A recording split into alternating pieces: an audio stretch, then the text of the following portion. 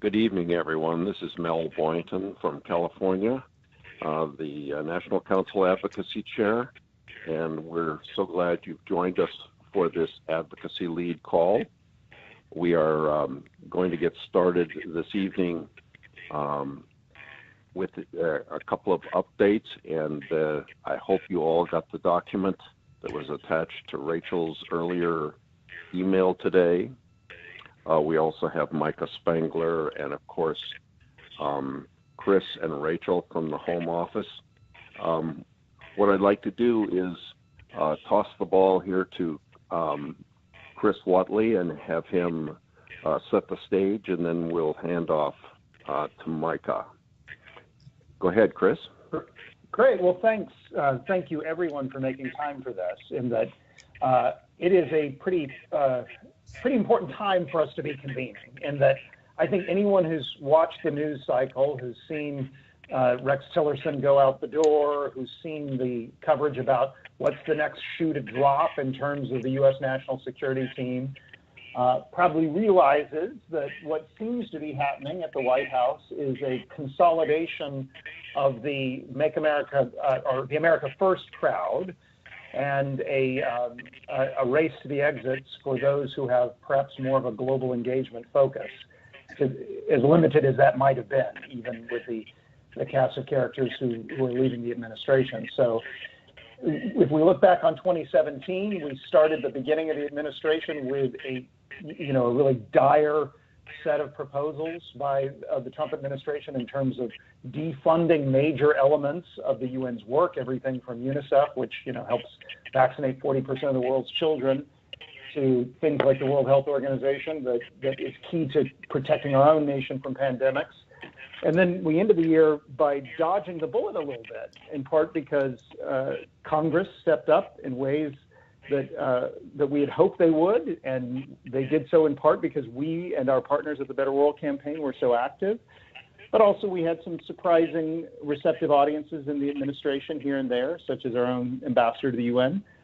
But with this new set of characters and this consolidation of the isolationists in the national security team, and there's some speculation of some new changes, which Micah might allude to as well, just in terms of rumors in the news cycle this afternoon, we're going to be needed more than ever. And I think that the administration's isolationist tendencies to go after the UN and other multilateral platforms are only going to increase as these personnel changes play out, but also as the election cycle approaches. I mean, we're less than 3 years away. We're basically 2 years from the point where the election cycle will already be hot and front and center, but the Trump administration's already, formed its campaign staff, making key hires, and this kind of messaging and growing isolationist posture is, part of that ringing in the president's ear about the presidential re-election cycle. So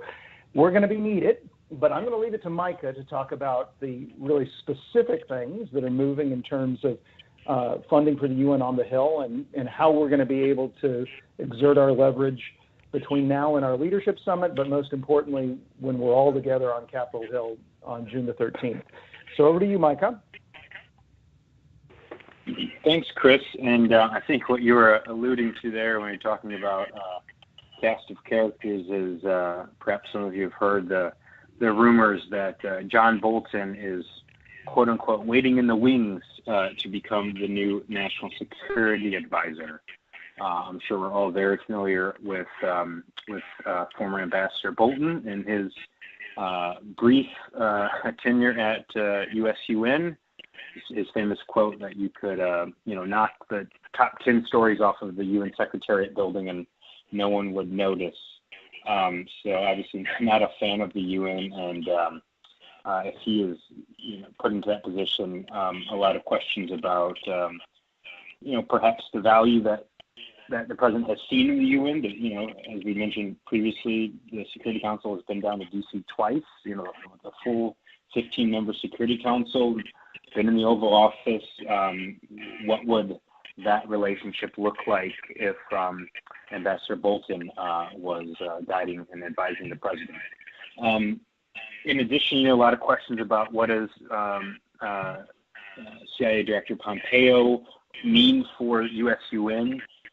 There's a really good piece that Richard Gowan kind of didn't help author, but was interviewed for that came out in DevX yesterday. I think kind of taking a very modest approach and thinking that as far as how Ambassador Harry runs US-UN, that it would remain largely unadjusted. So we're hoping that remains to be seen. Pompeo is what happens. Pompeo is very conservative, former member of Congress, 3 terms in Kansas. He's a Tea Party type, elected in 2010. Very hawkish on Iran and North Korea, and you've seen in some of the reports, when the president was saying why he made this decision, he said basically Secretary Tillerson just didn't, align with him on a lot of issues, and Paris Accords, Iran deal, etc. So whatever sort of distancing voice that Tillerson was, it looks like that voice is gone, and the president is looking for someone that will be much more of a mirror of his own opinion. So that's just a kind of update on that. I want to give you guys some good news of something that actually just happened a couple hours ago. As you know, the UN Foundation does these trips to see peacekeeping missions, and last year when we went to the Central African Republic, we brought with us a former U.S. Marine Corps Lieutenant General, John Casselaw, who had actually served with the UN in East Timor and had seen the UN at close in some other places. He just testified on the Hill this afternoon in front of a subcommittee of the Senate Foreign Relations Committee on Multilateral Institutions, chaired by Senator Young from Indiana. And he was asked by Senator Merkley from Oregon about a recent op-ed he wrote about the value of UN peacekeeping. And the retired Lieutenant General, again, 36-year Marine Corps veteran, was in front of a number of senators and talked about the value of the UN and the value of UN peacekeeping and the sacrifice that peacekeepers make, and the value and the importance of fully funding our UN dues. So that was a really nice moment and kind of a nice full circle of a trip that we took last year in seeing what someone experienced on the ground and then bringing it to D.C. and then actually testifying in front of a Republican senator and some others about the value of the UN. So that was good, and that just happened a couple hours ago. I also want to touch, if no one has been updated yet, I'm sure you all have, but just want to reiterate the success that we had at the Global Engagement Summit as an advocacy moment. It was our single largest advocacy moment ever. In the span of literally 5 minutes, we sent over 1,400 emails to Capitol Hill in support of strong U.S.-UN partnership. It was really amazing. If you'd been to, and I know Mel and maybe some of the others were there, if you'd been to previous, UNA Members Day, now Global Engagement Summit, we kind of peppered in a couple of different advocacy moments. So this is our first time doing one single moment, and the reaction was massive. So we had 1,400 emails, like I said. And I know I heard from some of you that you already got responses or got responses very quickly from your members about responding to emails. I know even a UNA member in Michigan got a call from her congressman's office, Republican Congressman Mitchell from Michigan. So that was really awesome to hear. And I just want to thank everybody who made it out to New York and was able to participate in that.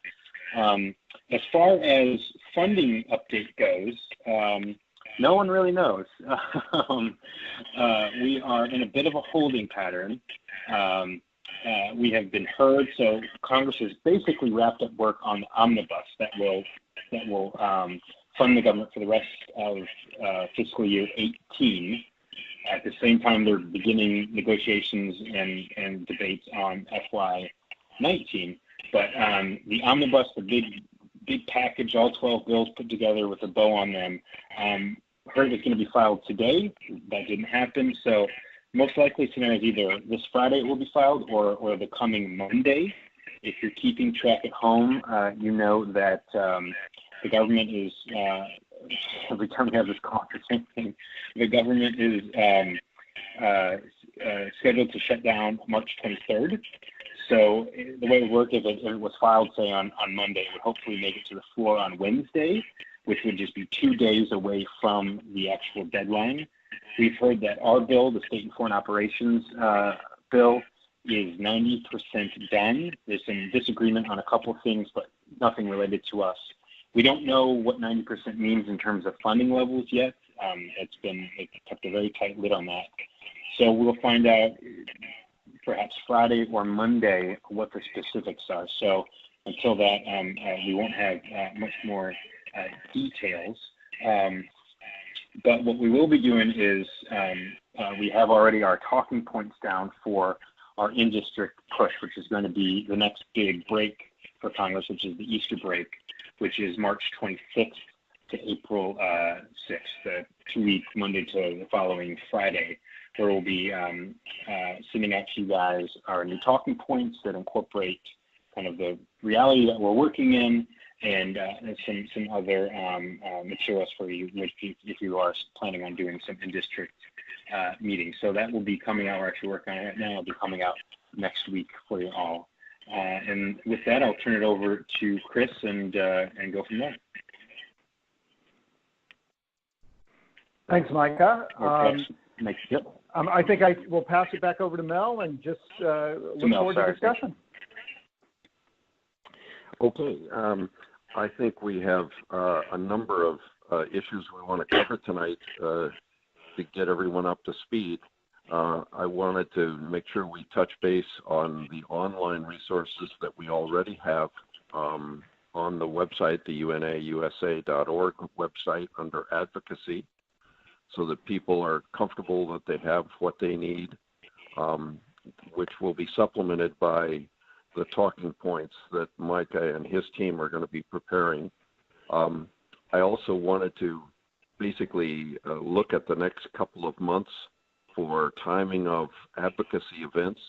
Micah has just told us about the March 26th, April 6th window for in-district meetings when our members are back in their home districts. They're not in Washington, D.C. It's the so-called Easter break. And this is an excellent time. I know we in Southern California will be targeting our members for in-district meetings. And we may be asked by the national office to target particular members who have key roles in the coming debates. Also, I wanted to set our timing in general terms for when we can have a webinar to go over the new briefing book. So we'll try and figure out exactly when we'll have the briefing book to work with, and then set up webinars to help people with the briefing book. And then lastly, I would like to have our advocacy leads weigh in on if they see any need for change in the advocacy agenda. I personally think that our advocacy agenda is pretty darn good, and we don't want to spend a lot of time or energy changing it or reformatting it. I think we can pretty well fly with what we have, but I wanted to make sure everyone was heard on that topic. So those are the items that I hope we'll be able to cover in the next, I guess we've got about 45 minutes left. So what I'd like to do is, first of all, start with Micah. Do you have any estimates on the timing of the briefing book and any other major agendas in the coming 2 months for our advocacy leads? Yeah, thanks, Mel. I'm sorry, and I really wish that I could say the briefing book was done. It's all written, and it's being edited and designed at the moment. There was a bit of a kind of a backlog here, apparently. So it's all written. I honestly don't know. It has to be done very soon. I'm hoping within the next 2 weeks. I don't think it will be done. I have to double check on this, but done in time for our March 26th window. Of course, it will certainly be done well before the lobby day and printed and everything. I can't say, but by the time that we have our hopefully if we do at least 2 webinars in May leading up to the leadership summit, we'll have it certainly well before that. I wish I had a better answer for you. That's okay. We can face the facts because our facts are easier to digest than some of the things that are going on with the State Department and the international agenda right now. I also want to make sure that we walk through this document that was attached to the notice, the U.S. financial contribution. So I'll ask everyone on the call to please either bring that document up electronically or print it out so you can take some notes in the margins. And I don't know if Chris or if Michael would like to lead us through that document. I'll also ask our advocacy leads to take a moment now if you have a question or would like to add to this agenda. If you have a comment or question, if you'll press *1, and we'd like to hear your comment or question.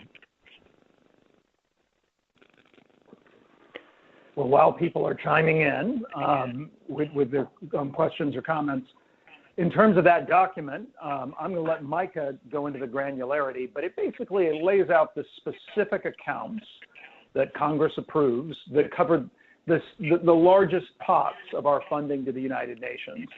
The bottom line is the most important advocacy message that we deliver to our elected officials is a really simple, easy to remember one, which is I'm your constituent, and I believe in the mission and work of the United Nations, and believe that our nation should fully fund the work of the UN. So that's the most important message to keep in mind. But this gives you a sense of the specific accounts that cover peacekeeping, general obligation dues, and some of the other international organization components that come in additional accounts. But Michael, can you add to that? Absolutely, yeah. And this is for all of you out there that really want to get into the weeds, that want to just kind of know exactly the numbers. If you are someone that we've heard from a couple members when they're planning these meetings to have something like this. So even if it's not for themselves, and of course don't have to be an expert on this, but if you're having a meeting and when you say to someone, I'm here to advocate for full funding for the UN, maybe the next question that a staffer says is, okay, well, what does that mean? What is full funding? These are the actual numbers. So you can point and say, this is what full funding is. So it goes into the 3 main accounts where all of the money is for the UN, for peacekeeping, for the regular budget, for the political missions, and then for UN agencies like WFP, UNHCR, et cetera, are in CIO, are in IONP, the International Organizations and Programs account.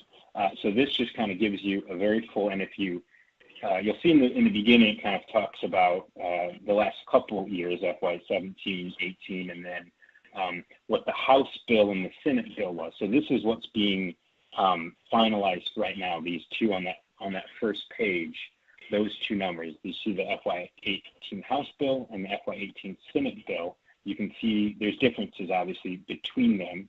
For example, the House bill for IOMP is 0. The Senate bill much better. This is what's being debated or already has been debated, and we don't have the final numbers yet. How you the conference, how you figure out what the final number is going to be between these 2 variations. So that's what's going on right now. And then you'll see also what we are requesting for FY 19, which is obviously the next budget. So you can see the president's request, what it was, and then what we, working with the UN and working with the State Department, know that we need to fully fund our dues. So again, it's just kind of a very, very detailed document that you can have as sort of a tool, a weapon when you are going to a meeting and you say, well, what does full funding mean? What do we pay for this? What do we pay for that? You can readily have this available and whip it out. Micah, Mel here. Sometimes people say, what's the source of these statements and numbers on this document? Is this from BWC, or where is this sourced? You mean what our recommendation is? Yeah, this document, the numbers and the tracking. Did BWC put this together? Yes, we did. Okay. Yeah, but the numbers are all, publicly available. Our recommendation, which is on the second page, the way we come up with that number is by working with the UN, and knowing what actually is needed. But the numbers themselves are publicly available. That's excellent. When you mentioned that the new briefing book is still in process, and we don't know the exact date, I want to remind all of our advocacy leads, if you want to go to our website now and click on advocacy, you'll find that the existing briefing book is available to you, and it's pretty good. I mean, many of our people have actual copies of the briefing book. I apologize for the echo. I'm hearing it myself. But that briefing book is quite helpful. If you click on Advocacy Agenda, within Advocacy, you see several asks that you can bring to any program that you're holding. You can have an electronic advocacy moment at any event that you're holding or assisting. If you click on Advocacy Agenda, it's got a couple of more links. And then under Advocacy Resources, if you click on that, you'll see the 2017 briefing book. So I would say as advocacy leads, all of us want to be very familiar with the existing online resources, because anyone with a smartphone or a computer, these are just terrific resources for holding advocacy events. And I suggest you have an advocacy ask at every one of our events. It's better to email our members more often than we need to than not enough. What I'd like to do is absolutely ask. I just want to add. Go ahead. Sorry, thanks. I just want to add one thing in addition. I'm not sure where the link is on the website. Wait, hang on. Sorry. No. Okay. So, in addition, if you go to unausa.org/action, so just the website /action, that should be linked to the homepage. I don't think it is yet, but that is our newest and most updated email. So if you are having an event, whether it's 2 people or 20, and you want to say, I just did this last night actually with I did a little kind of quick video conference with UNA Southern New York, and you got 30 people in a room and you want to take action. Tell them to go to unausa.org/action, and we've got a letter right there that you can send.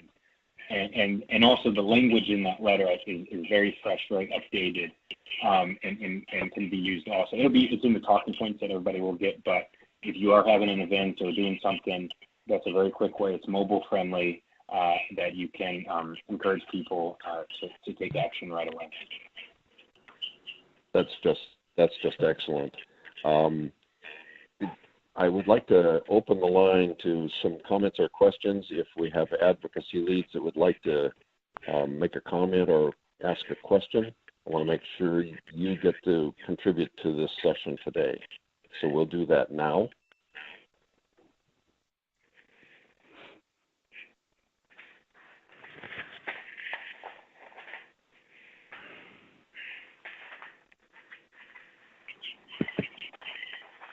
Okay. We will do that in another few minutes if we see an opportunity. what I'd like to remind everyone at this moment is please register for the Leadership Summit. The registration is open and the early bird rate is available in April, I think the first week of April. And I myself have gotten my flights and my hotel because the earlier you set up your arrangements, the better they're going to be. We're at the Ronald Reagan International Trade Center, which is not far from the UN Foundation headquarters and not far from the White House, as I recall, 1300 Pennsylvania or something like that. So when you're looking for your housing, make sure you calculate your way to get to that center. We're not at the NEA this year because we've outgrown the NEA's headquarters. And I can tell you that the planning committee is working on several advocacy events during the Leadership Summit. So this is an excellent opportunity for people to get comfortable with the advocacy tools and, of course, participate in Day on the Hill. So when you plan your trip, make sure you're coming for the full time, June 10th through 12th, and we'll be on the Hill on Tuesday, June 12th. And if you're flying out that day, please make your flight later in the day. Maybe after 6 p.m. would be a good time to plan.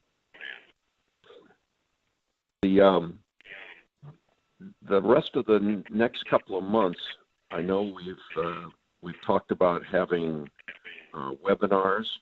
So as soon as we have our ability to work with the briefing book, we'll definitely have a specific webinar on the briefing book. I also think some of us who have not done in-district meetings would like to look at those resources online. And I am there now just looking at our online resources. Micah's unausa.org/action is an excellent link. But if you go to Advocacy, maybe you have that now, under Advocacy Resources, click under Resources, and it says Planning in-District Advocacy Meetings with Your Elected Leaders is the last major headline on that page. And it's a nice 4-step process. And I hope that each of us will work in our chapter or our region to put some in-district meetings together. Now is a good time to be calling the offices and setting a time frame. Work with your colleagues in your chapters and make sure you have a date that works. I suggest a weekday, sometime maybe after 10 a.m. and before 3 p.m. So you'll get the sweet part of the calendar and day. And if you can work with other chapters, 2 or 3 people can do a great in-district meeting. If you have 5 or 6, make sure you plan who's going to be talking about what, and make sure you ask the staff how much time they can schedule for you so that you plan your presentation to fit within the time you're given. If you're given 15 minutes, as Chris was reflecting, you can get a lot done in 15 minutes with the basic ask, showing them in the briefing book or by our handouts that the UN is a popular thing with all stripes of American voters, and then to make the specific asks for your funding, refugees, climate, or the women's agenda. Those are our basic asks, and you can get that accomplished quite quickly. And remember that if you don't talk to the member, it's okay. Staff are very important to the members' activities. So if you get to talk to staff, make sure they get time to make their statements, ask their questions, and tell your own story. We're not trying to script anyone. If you tell your story, what's your passion, that's going to be an effective in-district meeting. And then follow up with a thank you note, email usually, or a phone call, and then schedule a time that you can come back within the next year or invite the member or their representative to your UNA event. Those, if we can do the before, during, and after, we will be very successful. They will know that people care about the UN. Would you add any further comments you'd like to, Micah or Chris? No, I think you're hitting the key ones, and beyond that, I would love to hear from anyone else on the line if there are burning issues on the international agenda that you feel we need to show where the UN's role is in them. In that I share Mel's point of view in that I think our core advocacy agenda is an evergreen one and is only growing more important with John Bolton coming into the White House and things like that. But one of the things that's great about the UN's mission is because it's so broad that if there's a particular issue on the international agenda, whether it's North Korea or Yemen or anything else in between, the UN's got a role in it. And so there may be an issue that you care about a lot and that might be something that could equip you to talk to your congressional delegation and their staff, and we might be able to help show where the blue is in that issue. So we'd love to hear any thoughts or comments. Hi, Chris. This is Sanjay Rajan, UNA Denver. How are you? Great to hear from you. It was good to see you in New York. Yeah, likewise. Quick question. With the UN Declaration of Human Rights, the 70th anniversary for that, human rights being an overall important issue, just wondering regarding that, what are your thoughts about advocacy, tying a U.S. role as well as UN role in the world around human rights? Well, thank you for that. In fact, we are actually, just today, we're thinking through how do we elevate the Universal Declaration in our lobby day. In fact, our plans are that we're going to give a physical copy of that as part of our leave behind with all the congressional offices on lobby day. So we'll be dropping off copies of the Universal Declaration, and we'll be factoring it into the game day talking points. At the same time, we're really focused and worried about the Trump administration potentially pulling out of the Human Rights Council itself.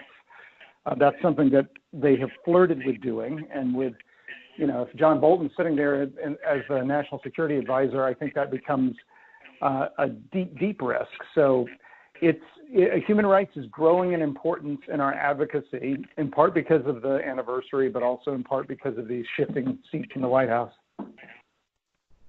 Yeah, and I would just add, it's a perfect question. As Chris said, this is going to be one of our main asks for Lobby Day in June. We've got our story, our core ask, and then we're going to have an ask specifically about human rights, about, bringing to attention that this year is the 70th anniversary, handing out a copy of the UDHR, but then also asking, that member of Congress to raise their voice about human rights abuses, but also to leverage our involvement and membership in the UN Human Rights Council to bring pressure on countries like Yemen and Syria, North Korea, Venezuela, Myanmar, others that have that are experiencing this huge influx of human rights abuses. So it's going to be definitely front and center. Thank you. Excellent. Thanks. Excellent question. Other questions or comments? We'd like to hear from you.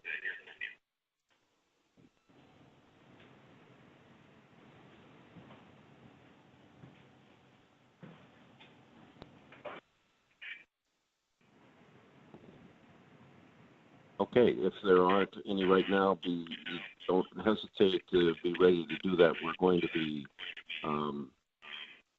working with those later in the call. I wanted to make sure that we looked at the advocacy resources online in some depth during this call if we had the time, and it looks like we may.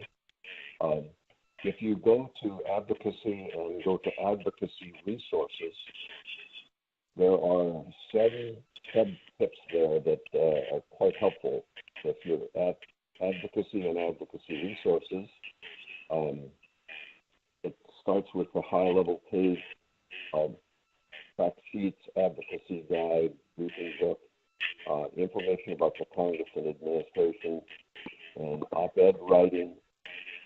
This is always a good idea. People are paying attention to Washington right now, and if we have op-eds that we'd like to offer to our local papers, I've had some success with my local papers, and I think you can have yours. It's got some tips on writing op-eds.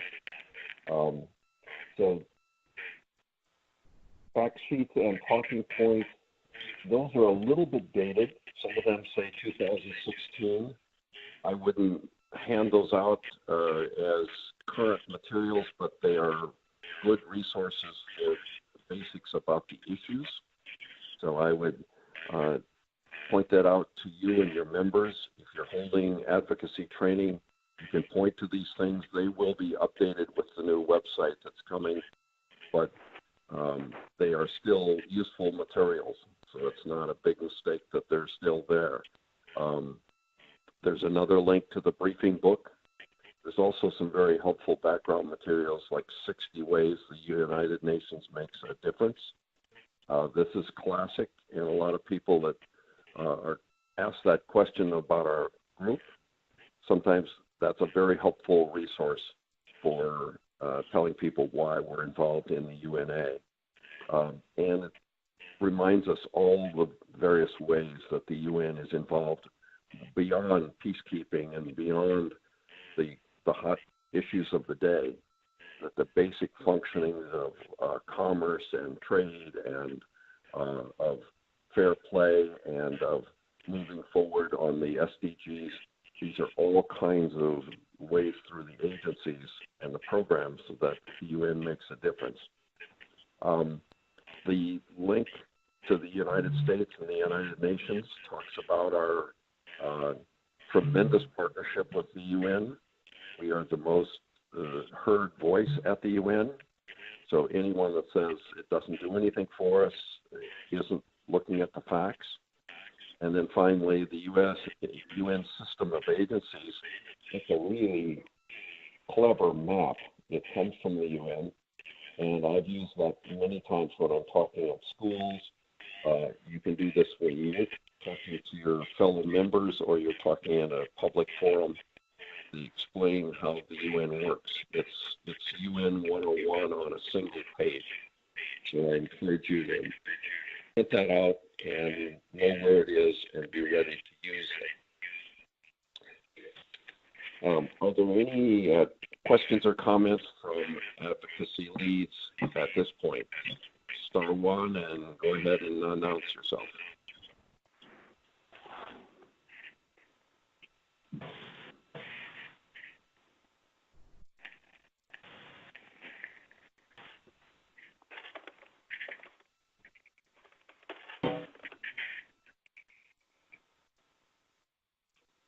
Okay, that's fine.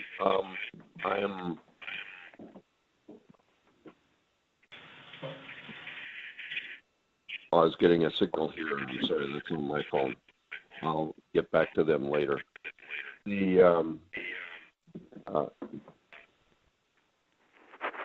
are setting up a in-district meeting in Southern California for our U.S. senators. And when you set up for your senators, remember that all your chapters in your area that are in the same state can join and create a bigger show when you go to see your Senate staff. They're a little harder to schedule, but it's well worth it, and that's a good complement to our day on the Hill when we'll see their parallel staff in Washington, D.C. Again, don't count on seeing your senator in person. That's an unusual event, but sometimes you can get the member if you're you've scheduled well enough ahead of time and they are eager to see you or talk to you. Micah, would you take a moment and tell us how the targeting of our members can be accomplished in a local district, about learning what the committees they're on and being ready for an in-district meeting and allowing enough time for our issues and the members' issues to be covered? Yeah, absolutely. If you don't happen to know who your member of Congress is, it's very easy to find out by going to house.gov. Obviously, it's really easy to figure out your senator, but if you're unsure who your representative is, go to house.gov, and they have a very easy resource right there. You just enter your zip code. You might have to enter the full 10-digit zip code if you happen that your zip code's divided. But put it in there, and you can find out who your member of Congress is.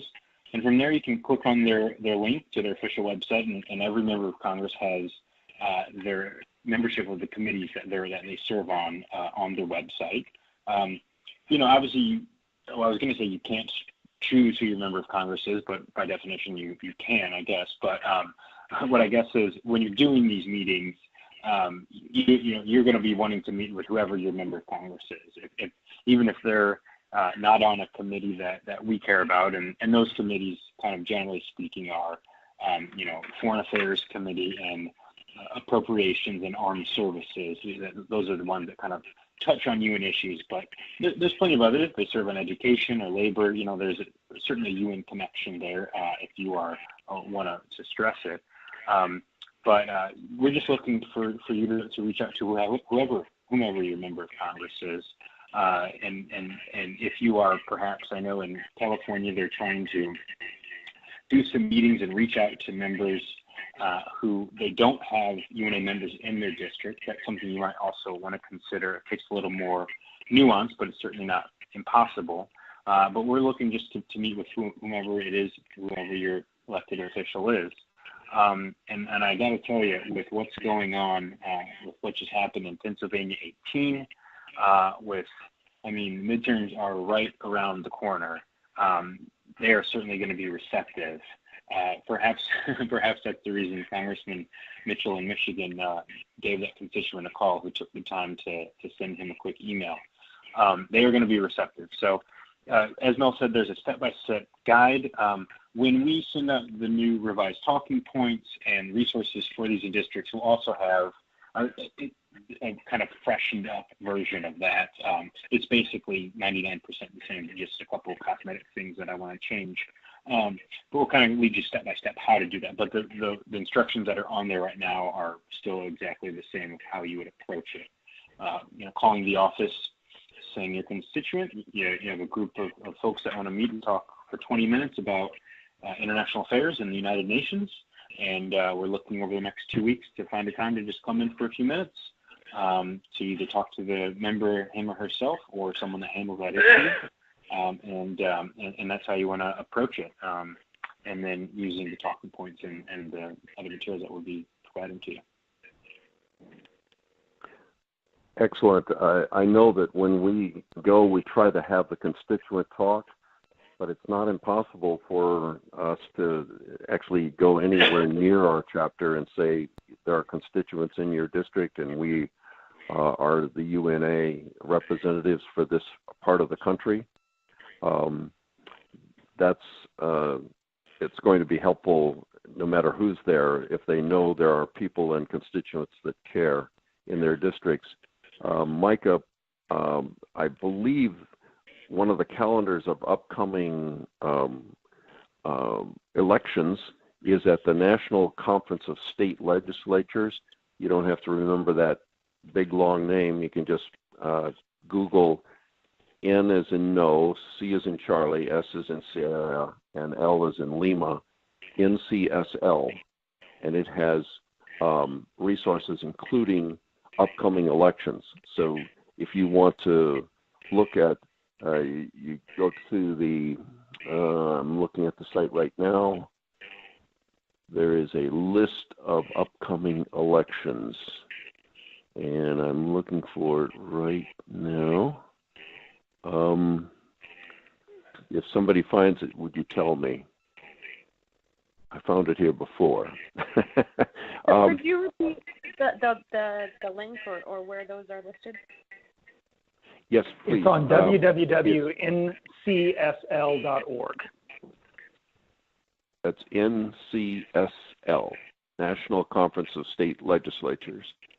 And I think it's under elections and campaigns, under research, and then it's got a calendar of upcoming elections. Anyway, what you want to do is be able to make sure you see your elections in your area, and it's helpful if it's already on your agenda to be in touch with the contenders in these elections and make sure the UN is part of the Q&A as their elections come along. So that's a resource that I encourage you to use. I think that's most of what I wanted to say on this call. Chris and Micah, would you like to make any other further points before we wrap up? I know we've only got 10 minutes or so left, but I'd like to make sure we answer any further questions and wrap up with our making sure everyone's going to be at the Leadership Summit. From our side, the only thing I have to say is just I'm grateful for everything that you're doing, that we get reports on in-district advocacy visits all the time. Please keep sharing those. Please keep sending them to us because, whereas with Lobby Day, we can measure our progress in a visceral way. It's there in front of us. The way we have our greatest impact is what happens throughout the year. Those, casual connections that happen between a UNA member and a member of Congress, perhaps even at a fundraiser somewhere. Some of our members are involved in local politics and will run into their elected officials just in the course of their roles in their personal lives. And that is the stuff that allows us to propel our mission. So the more you can share with us, the better. But just thank you, everyone, for joining us. Thanks, Chris. Micah?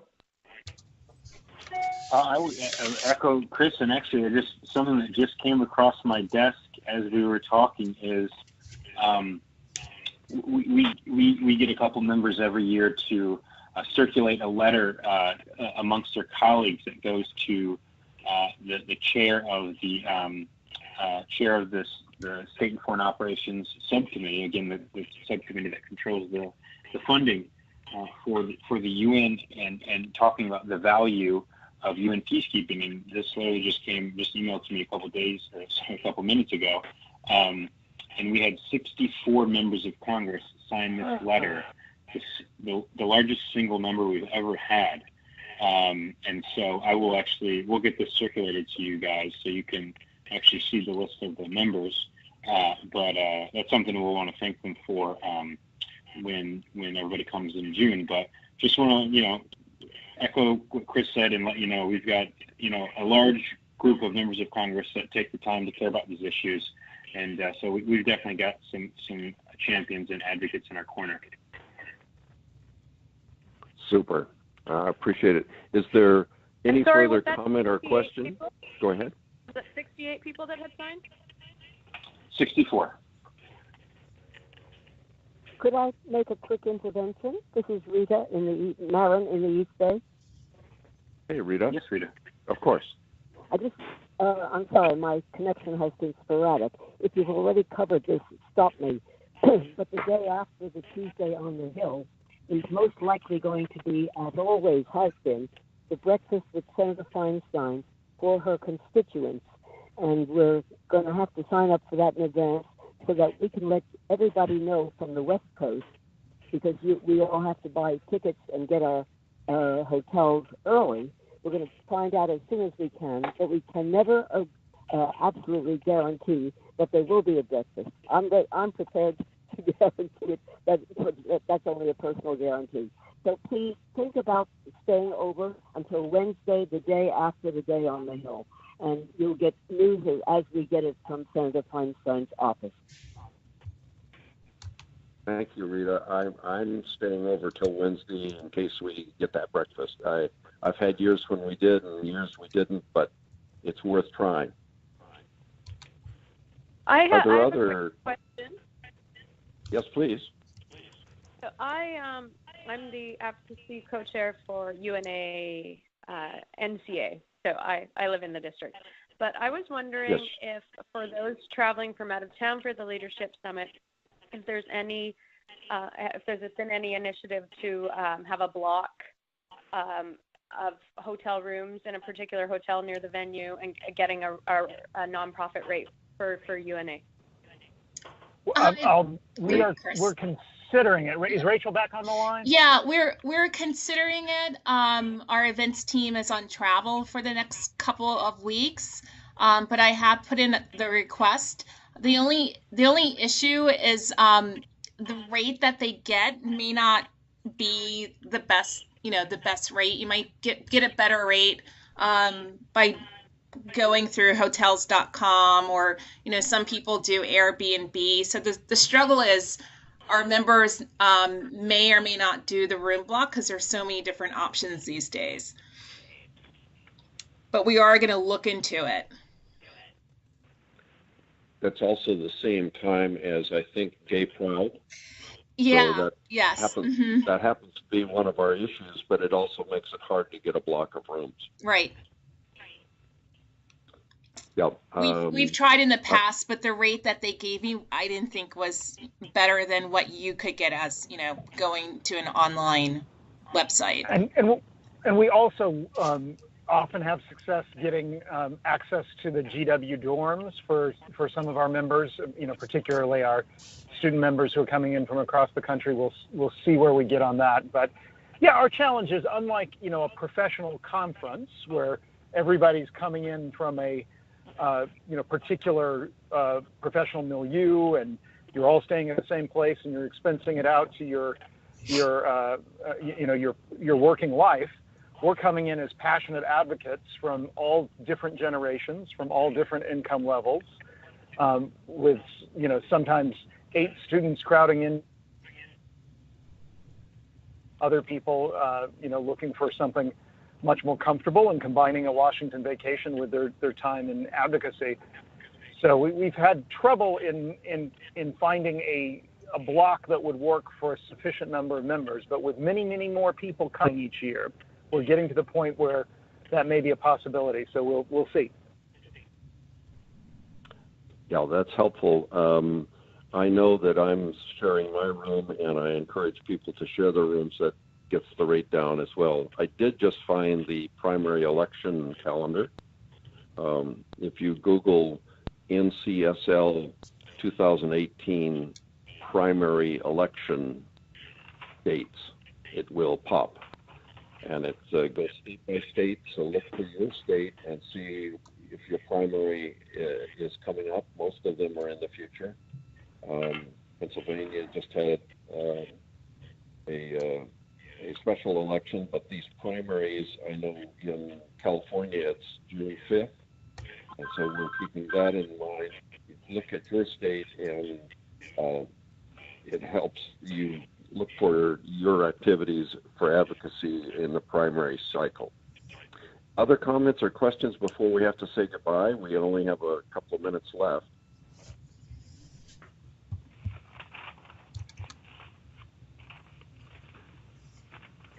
Hello, can you hear me? Okay. Yes, go ahead. Say who you are.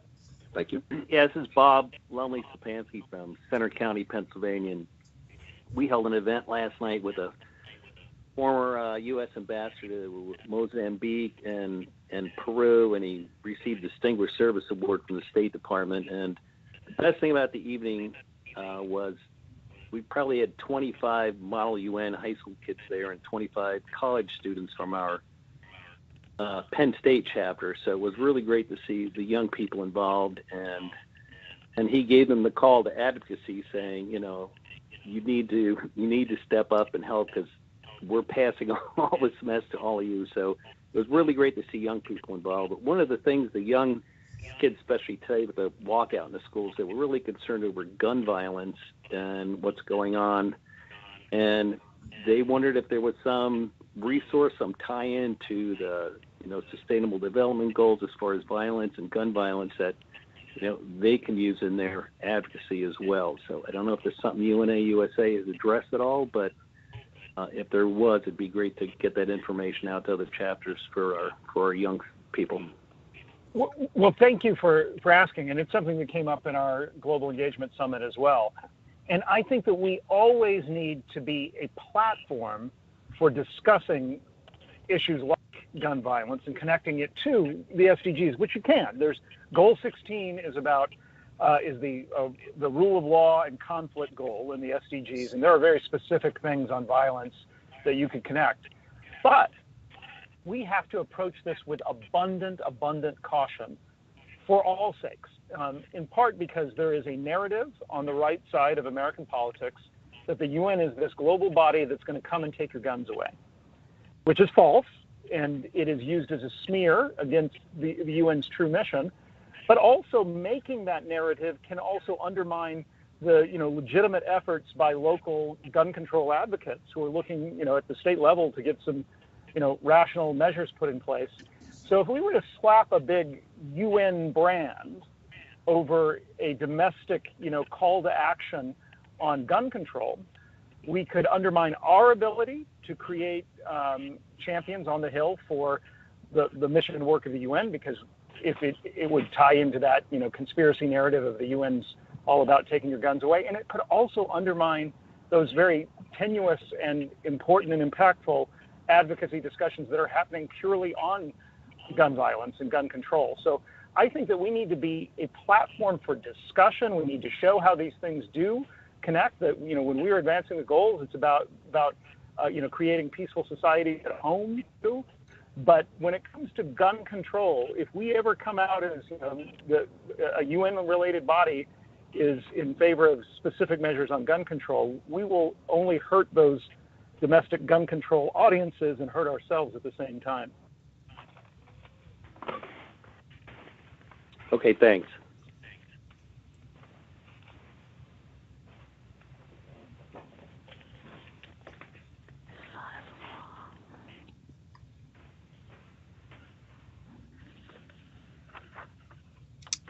I think that's it, Mel.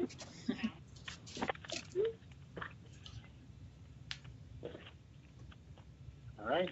Thanks, everybody. Thank you. Good night, everyone. Really, thank you, Mel. Thank you, everyone.